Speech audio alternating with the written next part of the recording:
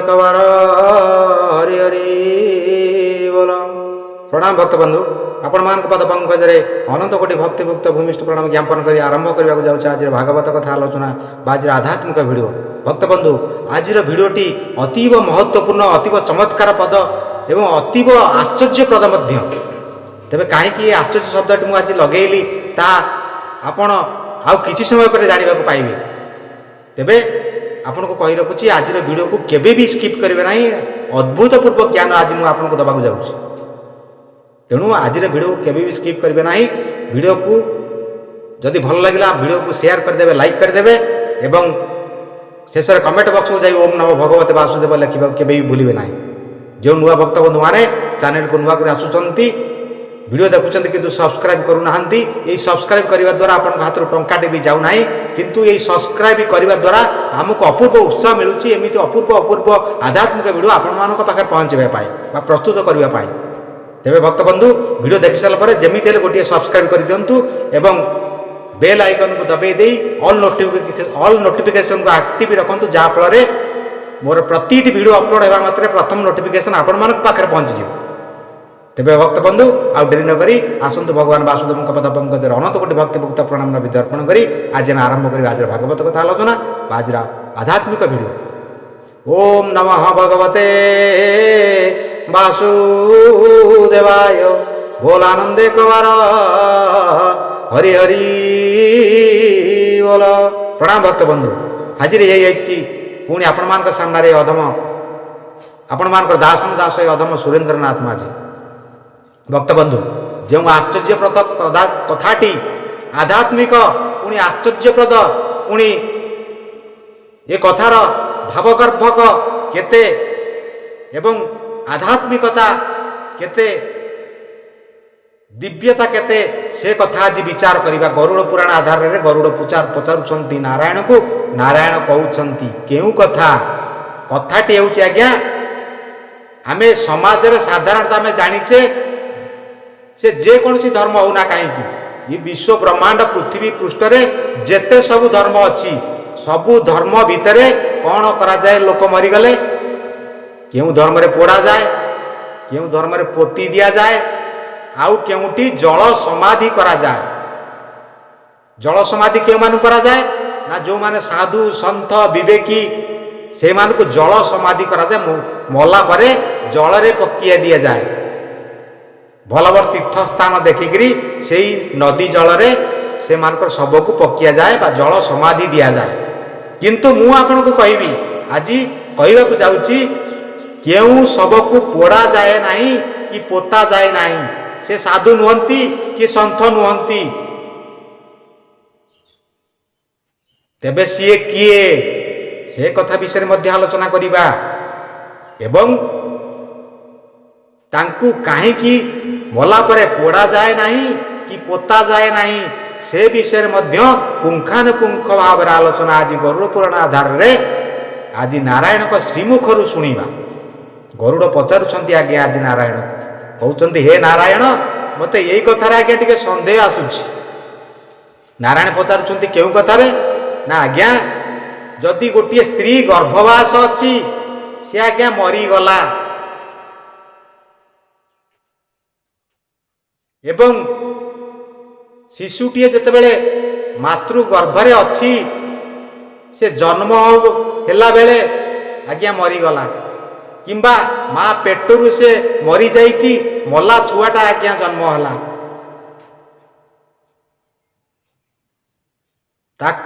से केमिति आज्ञा मुक्ति पाइबो। से तो संसार देखिनी, माँ पेटरे जन्म माँ पेटरे से जीवन पाइची पुणी माँ पेटरे मरी जाइची। आउ कई कई आज्ञा गर्भवास थांती माटीर मृत्यु हो जाए। आज्ञा माटीर मृत्यु होगा भितर किछि समय पर पेटर जो छुआटा आज्ञा थाए से भी बंची थाए, किंतु माँ जितेबाला मरी जाए छुआटा मध्य किछि समय पर पेटरे मरी जाई थाए। ये सब क्षेत्र रे कौन करा जीवो केमिति जीव मुक्ति पाइबो से विषय आज्ञा आलोचना करिबा। मु आज्ञा मो मनरु कहूनी गरुड़ पुराण आधार रे गरुड़ आज नारायण को पचारुछंती। नारायण सेई कथा को श्रीमुखर आज्ञा कहउचंती ए अमृतमाणी को आज श्रवण करिवा मुक्ति पाइबा ये दिव्य ज्ञान को आज प्राप्ति करिवा भक्त बंधु तेबे आसंतु आ डेरी न करी गरुड़ पुराण को पाठ करिवा। नारायण कौन कहउचंती ए विषय रे नारायण कहउचंती कौन नारायण कहउचंती जेबे गर्भवती नारी तेजई जीवन गर्भवती नारीटी आज्ञा कौन सी सांप्रतिक समाज तो विभिन्न प्रकार आज्ञा कष्ट आसूची दुश्चिंता आसूची मानसिक मनस्ताप आसूची यही कष्ट सही न पारी किंबा कौन सी परिवेशर परिस्थिति को सही न पारी जदि से आत्महत्या कला गर्भवती अच्छी आज्ञा जीवन जदि तेजी देला जीवन जदि त्याग कला बा आत्महत्या कला आउ कौन कला जेबे गर्भवती नारी तेजई जीवन हे अस्त्र धरी तार स्वामी गर्भविदारीण जदि गर्भवती स्त्री लोकटी आज्ञा कौन सी कारण आत्महत्या कला किंबा गर्भवती स्त्री रो स्वामी जदि ता गर्भ को कौन से अस्त्र शस्त्र रे छेदन करी से माँ छुआ दी जन को मारिदेला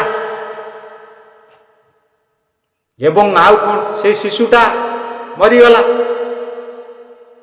एवं आउ कौन कला ना जेबे गर्भवती नारी तेजई जीवन हे अस्त्र धरी तार स्वामी गर्भविदारीण हे जदि भागु बालक जाई थाए मरी हे जन्म मात्र किबा मृत्यु हुई ताहारी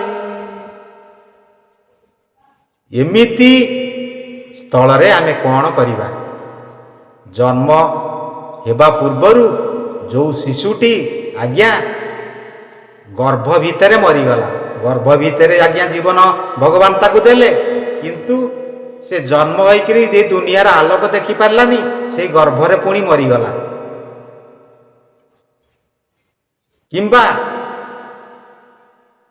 माँ छुआ उभयकर आज्ञा मृत्यु हो गला से स्थल रे से उभय केमिति आज्ञा मुक्ति पाइबे गरुड़ पुराण प्रमाण करुची ये एमिति स्थल रे सेई मार एवं सेई छुआर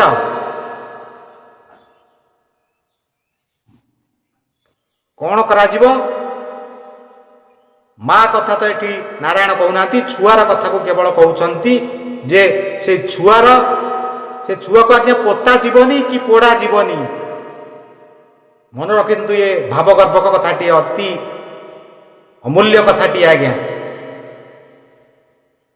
से जो छुआर सबको पोता जीवनी कि पोड़ा जीवनी कौन करा जीव नारायण कहउचंती ए जन्म मात्रे ए जदि भागु बालक जाई थाए मरी ए जन्म मात्रे किबा मृत्यु हुई ताहारी ए ताहाकु गंगारे तेबे पकाइब जत्ने ए न करिब पोड़ा पोता ताहाकु किंचिते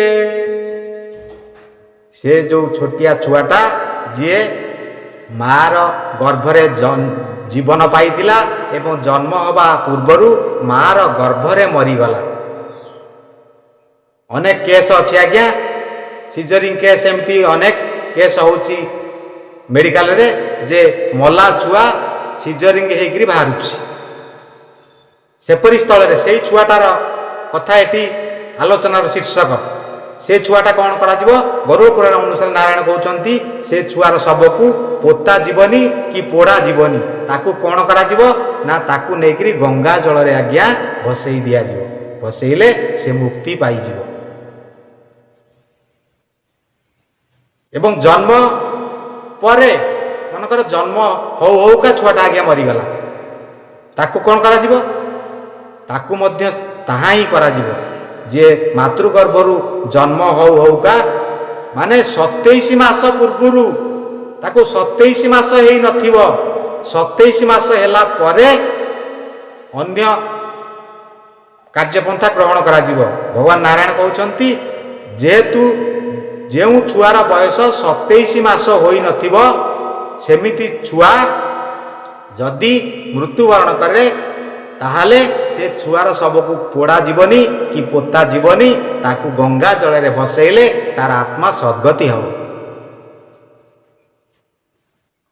ଏ ଯଦି ବାଗୁ ବାଳକ ଯାଇଥାଏ ମରି, ଏ ଜନ୍ମ ମାତ୍ରେ କିବା ମୃତ୍ୟୁ ହୁଇ ତାହାରି, ଏ ତାହାକୁ ଗଙ୍ଗାରେ ଦେବେ ପକାଇଣ ଯତ୍ନେ, ଏ ନ କରିବ ପୋଡ଼ା ପୋତା ତାହାକୁ କିଞ୍ଚିତେ।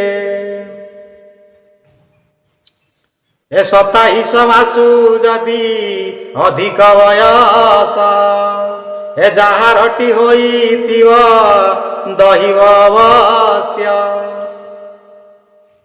27 ମାସ ପରେ ଯଦି ବୟସ ହେଇଥିବ ସେ ଶବକୁ ଆଜ୍ଞା ପୋଡ଼ା ଯାଇପାରିବ କି ପୋତା ଯାଇପାରିବ। 27 ମାସ ପୂର୍ବରୁ ତାକୁ ପୋଡ଼ା ଯାଇପାରିବ ନାହିଁ କି ପୋତା ଯାଇପାରିବ ନାହିଁ।